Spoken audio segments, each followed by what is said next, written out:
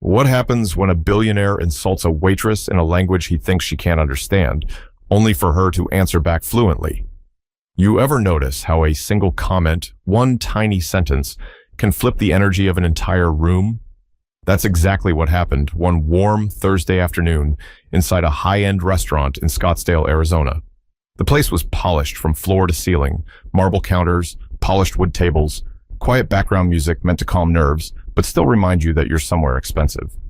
Waiters and waitresses moved like clockwork, balancing trays with the kind of skill that only comes after months of working double shifts. That's where Danielle Rhodes comes in. She wasn't the kind of waitress who disappeared into the background. She carried herself with quiet confidence, her dark hair pulled back neatly, her notepad always ready, her smile polite but never forced. People who came in regularly knew her by name. She didn't just drop food on tables. She noticed people, remembered their orders, asked about their families. But that day, the man sitting at the corner table by the window wasn't the type who cared about that. His name was Fareed Al-Mansouri, a billionaire businessman from Dubai, in town for a series of meetings. He was dressed in a tailored suit that looked like it cost more than the restaurant's monthly rent. His watch, heavy and gold, flashed every time he moved his wrist. He had an aura about him that said, "I get what I want, when I want it." When Danielle walked over to greet him, the air already shifted. "Good afternoon, sir. Welcome. Can I start you off with a drink?" she asked, pen in hand, voice steady and professional. Fareed didn't look up at first. He flicked his phone screen, eyes glued to whatever was more important than the person in front of him. A couple seconds passed before he finally glanced up, gave her a quick scan, and muttered, "Water with lemon." Nothing else. No thank you, no smile, just clipped words delivered like a command. Danielle gave the kind of practiced nod that waitstaff learned to survive days like this. "Of course, I'll bring that right out." She turned away, but at that very moment, Fareed's lips curved into something between a smirk and a sneer. He leaned toward the man sitting across from him, a younger associate clearly eager to impress. And then, in Arabic, Fareed muttered a few words. The tone said everything. Even if you didn't understand the language, you'd catch the meaning. It wasn't a compliment. It wasn't harmless small talk. It was the kind of remark people make when they assume no one around them will understand. Danielle returned with the glass of water, setting it carefully on the table. She didn't break her smile, but her eyes caught just a flicker of his expression. She had heard enough Arabic over the years to recognize the rhythm, the sharpness, the insult hidden behind the language. And that's when the tension began to grow, quietly, like a storm far off, but slowly moving closer. Fareed didn't notice. He was too busy scrolling his phone, tossing another comment in Arabic toward his associate. A small laugh followed, careless, dismissive.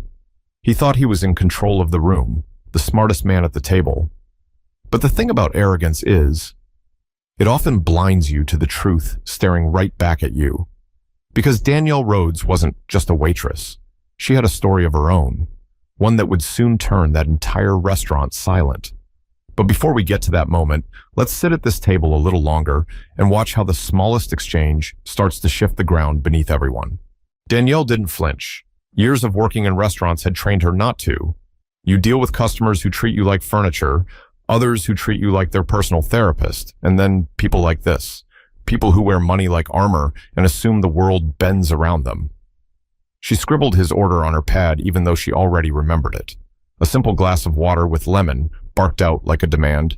She wasn't surprised, but what got under her skin wasn't the order. It was the tone. It was the way he spoke in Arabic, his voice dropping low, the smug curl of his lip as he looked her up and down like she was nothing. "Sir, would you like to hear today's specials?" Danielle asked, her voice calm. Fareed barely looked up. "I said water. Do you need me to repeat myself?" His accent was heavy, his words clipped, each one like a small slap in the face. The associate across from him, a younger man in a navy blazer, shifted uncomfortably. He clearly wasn't sure whether to laugh, agree, or stay silent. He ended up choosing silence, eyes fixed on the fork in front of him. Danielle didn't press. She had learned not to. She simply nodded and walked back toward the bar, where a couple of other waiters had started to notice the interaction. One of them, a tall guy named Brandon, raised an eyebrow.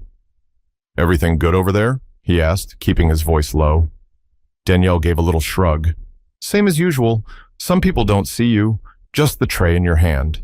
But as she turned back toward Farid's table, she caught him watching her. Not with interest, not with kindness. It was the look of someone evaluating an object. And then once again, he leaned toward his associate and said something sharp in Arabic. This time there was no mistaking it. The insult was clear. He was talking about her appearance, her posture, the way she spoke. Danielle's jaw tightened, but she didn't respond. Not yet. She approached the table again. "Have you had a chance to look over the menu?" she asked, directing the question to both men. Farid set his phone down for the first time and locked eyes with her. There was a challenge there. "Bring me the lamb, and make sure it's not overcooked. I don't trust kitchens in this country." Danielle wrote it down without a word. She turned to the associate, who finally spoke, his voice polite, almost apologetic. I'll have the salmon, please. Thank you." "Of course," Danielle said, her smile returning for him.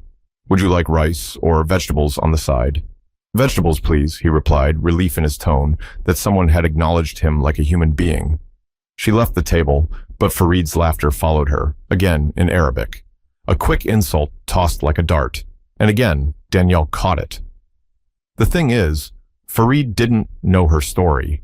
He didn't know that Danielle had spent years living in Morocco with her grandmother after her parents' divorce. He didn't know that Arabic wasn't just a language she studied, but a language tied to her childhood, her family, and her sense of identity. He didn't know that she could understand every single word he was saying. Danielle carried the order slip to the kitchen, handed it over, and leaned on the counter for a moment. Her heart wasn't racing. She'd learned to control that. But inside, something stirred. Something told her this wasn't just another rude customer. This was someone about to learn a lesson he never saw coming. She took a deep breath, adjusted her apron, and walked back out into the dining area. But the real moment was still waiting.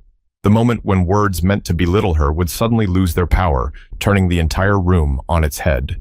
The restaurant wasn't loud, but it wasn't silent either. The low hum of conversation filled the air as plates clattered softly in the kitchen and glasses clinked at nearby tables. People were talking business, families were eating lunch, and a couple by the window were leaning close in hushed conversation. Nobody was paying much attention to Farid, at least not yet. Danielle returned with a basket of bread and a small plate of butter, the kind of courtesy the restaurant always extended. She set it down gently, keeping her smile professional. "Here's some bread while you wait for your meal," she said. Farid didn't respond. He looked at the basket like it was beneath him. Then, turning to his associate, he muttered something sharp in Arabic, his voice carrying just enough for Danielle to catch it. "Cheap, just like the one serving it." Danielle froze for a fraction of a second, her hands still on the edge of the table. Her face gave away nothing, but inside the words landed like a slap. She had heard worse before, oh, plenty worse. But this was different. It wasn't just about the bread. It was about her. The associate's eyes flicked nervously toward Danielle. He clearly understood what had been said, too, but he said nothing. His silence spoke volumes. He was too intimidated to correct his boss, too eager to keep his position safe. Danielle pulled her hand back, straightened, and gave a calm nod. "Enjoy," she said softly, turning away. But Farid wasn't finished. Not yet. He leaned back in his chair, loosening his tie slightly, and spoke again in Arabic, this time louder. "Look at the way she walks. Like she owns the place. A waitress with attitude. She thinks she's important because she brings plates to tables." The words cut through the air like glass shattering. A couple sitting nearby tilted their heads, confused. They didn't understand the language, but they could read tone, arrogance, mockery. It was obvious, even without translation. Danielle stopped halfway across the floor, her back to Farid, her eyes fixed on the bar. She gripped her notepad tighter.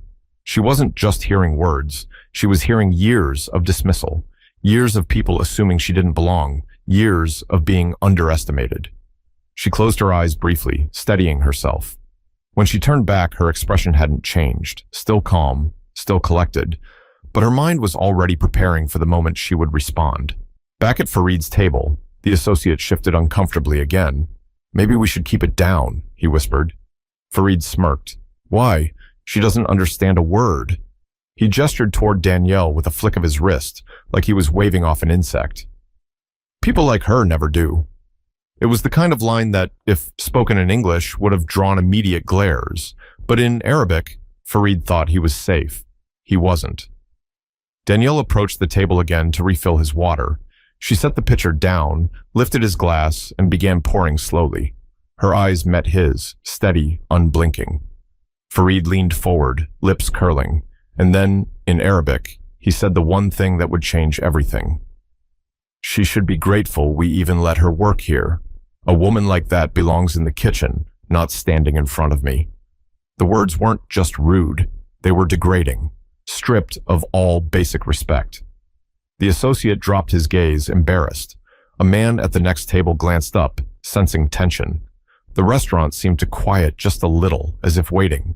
Danielle set the glass down gently. No slam, no harsh gesture, just quiet, controlled precision. She took one step back from the table, her eyes never leaving Farid's. She had heard enough.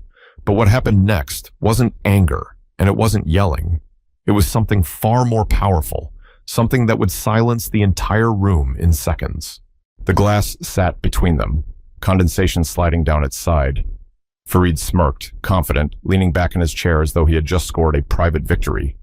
He picked up his phone again, tapping away, dismissing her as if she were invisible. Danielle took a quiet breath.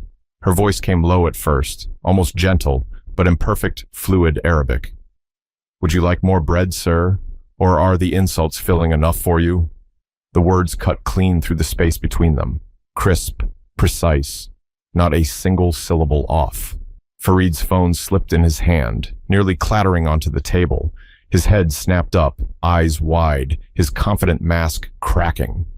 For the first time since she approached, he looked unsettled. His associate's jaw dropped.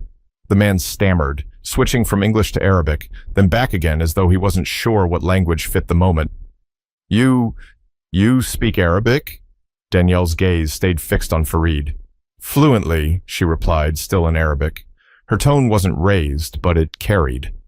People at nearby tables, though they didn't understand the words, could feel the shift in the air. Forks paused mid-bite. A whisper of silence spread.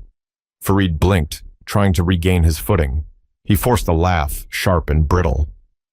"Oh, so you picked up a few words from a phrasebook. Cute." Danielle didn't flinch. "No, I picked it up from my grandmother, who raised me in Casablanca. Every word you've spoken since I came to this table. I understood." The associate sat back, his hand covering his mouth, half in shock, half in embarrassment. The couple at the next table, sensing something big, exchanged looks. They didn't know Arabic, but they didn't need translation. They could read faces, tones, the energy snapping through the room. Farid's lips parted, then closed again. His tongue darted over them as if searching for a comeback, something sharp to throw back at her. Nothing came. Danielle leaned just slightly closer, her voice calm, unshaken. "You assumed I was beneath you, that my uniform meant you could say anything without consequence. But let me tell you, respect is not optional. Not here, not anywhere." Her words hung heavy in the air. Even those who didn't understand the language were watching, drawn in by the raw shift in power. Farid sat stiff, his hand gripping the edge of the table. He glanced around, realizing now that people were staring. His arrogance had been a shield before, but now it was turning into a spotlight. The silence stretched. Then from somewhere in the back of the restaurant, a fork clinked onto a plate. Someone whispered. The moment was alive, fragile, everyone waiting to see what he would say. Farid tried again, his tone softer, the edge of command slipping. You misunderstood me." Danielle raised an eyebrow, switching back to English so everyone could hear. "No, I didn't." Gasps rippled through the nearest tables. Now the whole room understood. Farid shifted in his seat, his polished confidence unraveling thread by thread. He wasn't used to being challenged, especially not like this. Danielle didn't raise her voice. She didn't need to. The truth sat there, plain and undeniable. For once, it wasn't the billionaire in control. It was the waitress with the notepad in her hand and the language of his heart on her tongue. But power has a way of making people desperate. And Farid wasn't about to back down without trying to claw some of it back. Farid straightened in his chair, his face a mask of forced composure. But his eyes betrayed him. The cool arrogance was gone, replaced with something closer to unease, maybe even fear. Still, he wasn't the type to accept humiliation quietly. He cleared his throat, voice heavy with a forced calm. You think because you can speak a language, you're my equal? His Arabic rang sharper now, less playful, more defensive. Danielle didn't blink. I don't need to think it, I know it. She paused, her words deliberate. And your language doesn't belong to you. It belongs to anyone willing to respect it, which clearly you don't. The associate shifted again, tugging at his blazer as though wishing he could sink into the floor. Fareed, maybe we should... Fareed cut him off with a hand. He leaned forward, lowering his voice, though the venom still dripped. You're nothing more than a server. Do you really think your little performance changes anything? Money decides power. Always has, always will. Danielle tilted her head slightly, her expression calm but unyielding. Money may buy you the best seat in the house, but it doesn't buy you respect. That has to be earned. His jaw tightened. He picked up his fork, stabbed a piece of bread, and bit into it hard. His movements were sharp, meant to signal control, but they betrayed his frustration. Nearby, the couple by the window whispered to each other, eyes locked on the scene. Another man at the bar shifted his stool slightly, pretending to look at his phone but clearly listening. The energy in the room wasn't subtle anymore. Everyone was waiting, watching. Fareed slammed the fork down. Do you know who I am? Danielle leaned in just a touch, her voice lowering. Do you know who you are, without all this? She gestured subtly toward his tailored suit, his watch, the glass of water on the table. The words landed like a stone dropped into still water. Fareed's face hardened, his confidence wobbling. He wasn't used to being questioned like that, not by business rivals, not by employees, and certainly not by a waitress. His associate finally spoke, voice hushed but urgent. She's right, Fareed. People are looking. Let's not... Silence, Fareed snapped, switching back to Arabic, his face flushed, his hand tightening around his glass. You think this woman deserves respect? She's just playing games. Danielle crossed her arms lightly, her stance relaxed but strong. Games? She repeated in Arabic, her pronunciation crisp, her words echoing his with confidence. No, this is life, and every word you've spoken here reveals more about you than it does about me. The silence that followed was suffocating. Even the kitchen staff, partially visible through the swinging door, had slowed down, curious about the storm brewing out front. Danielle didn't falter. She leaned back slightly, letting her presence speak for itself. Her voice softened, but the steel inside it remained. Respect isn't handed down like a paycheck. It's given freely, or not at all. And right now, no amount of money in your bank account can buy back what you've just lost in this room. Fareed looked around. Every eye was on him. Some filled with curiosity, others with quiet judgment. His chest rose and fell faster now, his carefully curated calm slipping further away. He forced a laugh, though it came out strained. This is ridiculous. You're making a scene. Danielle shook her head, her voice cutting the air with finality. No, sir. You made the scene the moment you opened your mouth. For a moment, nothing moved. Not a glass, not a fork, not even the air itself. The confrontation was laid bare, impossible to ignore. But the story wasn't just about this clash. It was about the truth behind Danielle's strength. A truth that would soon leave the room not just silent, but moved. For a long moment, the restaurant seemed to hover in suspended silence. Fareed leaned back, clutching his glass as if gripping it might anchor him, but his hands betrayed a slight tremor. His associate kept glancing between him and Danielle, as if silently begging for the confrontation to end. Danielle, however, stayed steady. She knew this was the moment to shift the weight of the room, not through anger, but through truth. She let out a slow breath and, in Arabic, said something that neither man expected. My grandmother used to say, the tongue is a sword, use it to cut down pride or to lift someone up. She taught me that when I was 10 years old in Casablanca.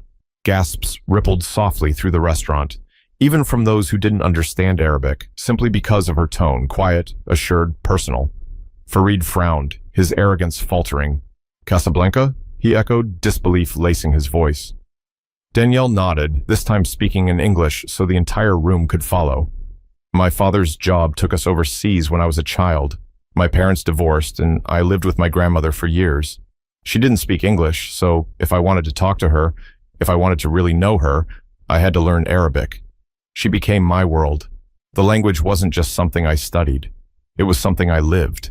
Every market trip, every story at night, every prayer, she whispered. She paused, her eyes steady on Farid. So when you speak Arabic to insult me, you're not just insulting me. You're spitting on the very thing that shaped who I am. You're spitting on the woman who raised me. The air grew thick with weight. Nobody touched their plates. The servers behind the counter were frozen, their eyes locked on Danielle. Farid shifted uncomfortably in his chair. His voice dropped as though unsure whether to keep fighting or to retreat. I didn't know. Danielle's gaze sharpened. That's exactly the problem. You didn't care to know. The associate finally exhaled, as though he'd been holding his breath the whole time. He leaned forward, speaking softly to Danielle, his tone respectful in a way Farid's never had been. Your grandmother, she sounds like she was a strong woman. Danielle softened just slightly at the mention. She was.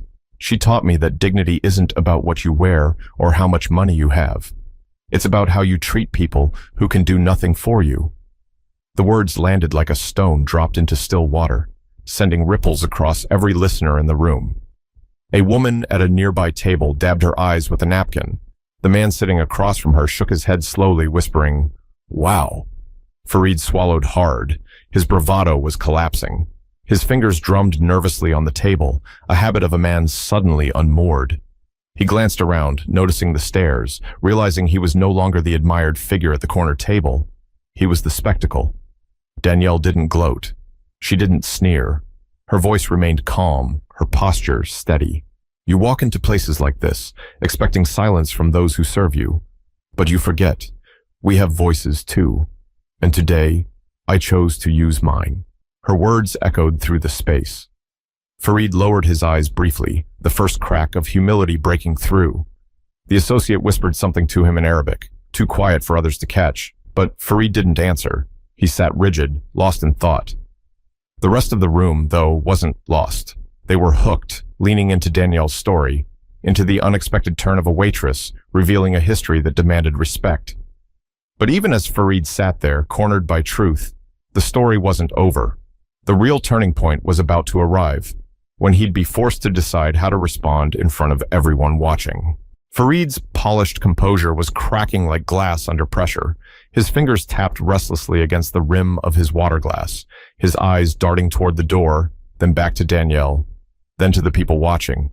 He had built a life where every room bent to his presence, but here, in this Scottsdale restaurant, he was the one on trial. The manager, a man in his 50s with salt and pepper hair, named Charles Vega, had been hovering near the bar, unsure of how much to intervene. But when he saw how many customers had stopped eating, forks poised in midair, eyes glued to Farid's table, he knew he couldn't ignore it. He walked over calmly, his voice measured. "Is there a problem here?" Charles asked, standing just beside Danielle.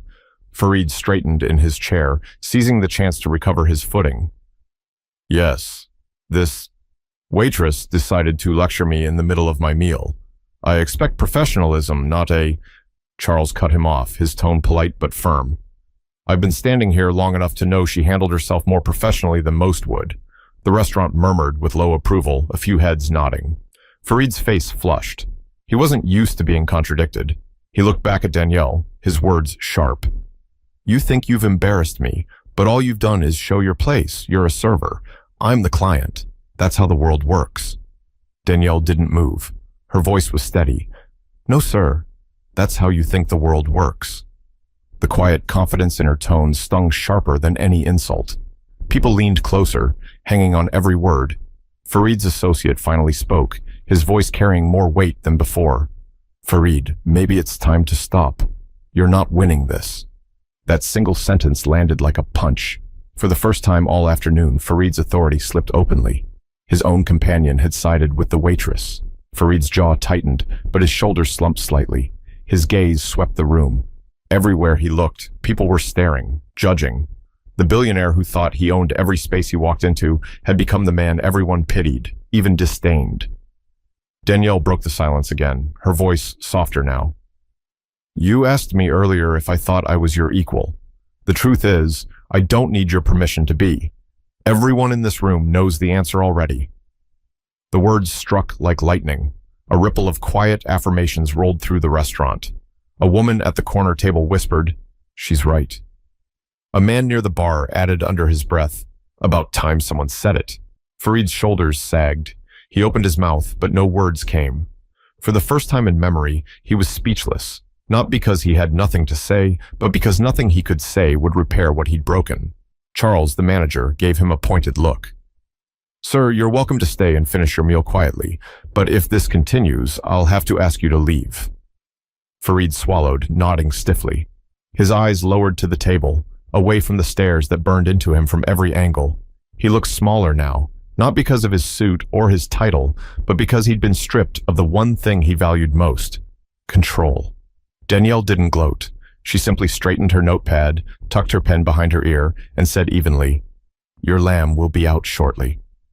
Her calmness only deepened the lesson. She didn't need to humiliate him. He'd done that himself. And as she walked away, every person in the restaurant seemed to breathe at once, as though they had all been holding their breath through the storm. But the real closure wasn't in silence. It was in what came next, when Fareed was left to face not just Danielle, but the lesson he couldn't escape. The lamb arrived minutes later, plated carefully by the kitchen staff, who were just as invested in the moment as everyone else. Danielle carried it out with the same grace she gave every customer, setting the plate in front of Fareed as though nothing extraordinary had happened. No sarcasm, no lingering stare, just professionalism.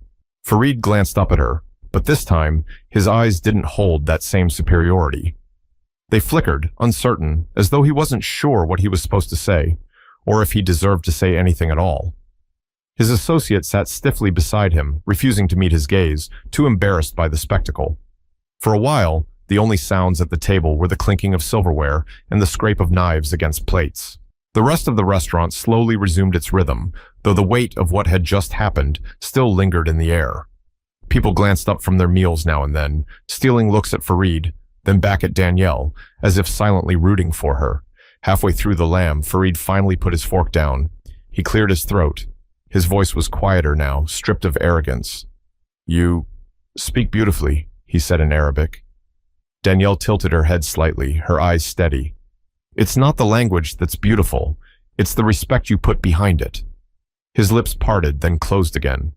For a man used to closing billion-dollar deals, used to standing above entire boardrooms, the weight of those words was heavier than anything he'd carried before. The associate finally broke the silence, speaking gently. "Fareed, maybe this is the kind of moment you're supposed to remember. Money fades. Respect lasts." Fareed didn't answer. His eyes drifted toward the window, out to the bright Arizona streets where life moved on, indifferent to his wealth or his pride. He took a slow breath, nodded once, and whispered in English, "Maybe you're right." When Danielle returned to clear the plates, Fareed reached into his jacket, pulled out his wallet, and slipped several crisp bills onto the tray. But when she reached for it, she didn't even glance at the money. She looked him in the eye and said, "Respect matters more than tips." Her words landed heavier than the cash ever could. Fareed hesitated, then gave a small, almost imperceptible nod. It wasn't an apology spoken aloud, but it was the closest thing to one he'd ever given. As Fareed and his associate left the restaurant, the room felt lighter. Customers began eating again, conversations picked back up, but the story had already planted itself in their minds. They had witnessed something rare, not just a clash, but a moment of truth. Charles, the manager, walked past Danielle and gave her a quiet pat on the shoulder. "Handled like a pro," he murmured. She just smiled faintly and went back to work. But the message lingered long after the door closed behind the billionaire. The truth was simple. Titles, money, and power might demand attention, but they can never command respect. That's something earned only by treating people with dignity. And sometimes, the strongest voices don't come from boardrooms or podiums. They come from the very people the world underestimates. So here's the lesson to take with you. Never assume you know someone's story. Never underestimate their strength. And never forget that respect costs you nothing, but can mean everything. If you're watching this right now, ask yourself, how do you treat the people serving you, the ones holding doors, delivering your packages, or bringing your food? Do you see them, or do you look past them? Because one day, you might find that the person you dismissed is the very one who teaches you the lesson you needed most. Treat people with respect, always. If this story moved you, share it. Remind someone close to you that dignity is priceless and respect is never optional.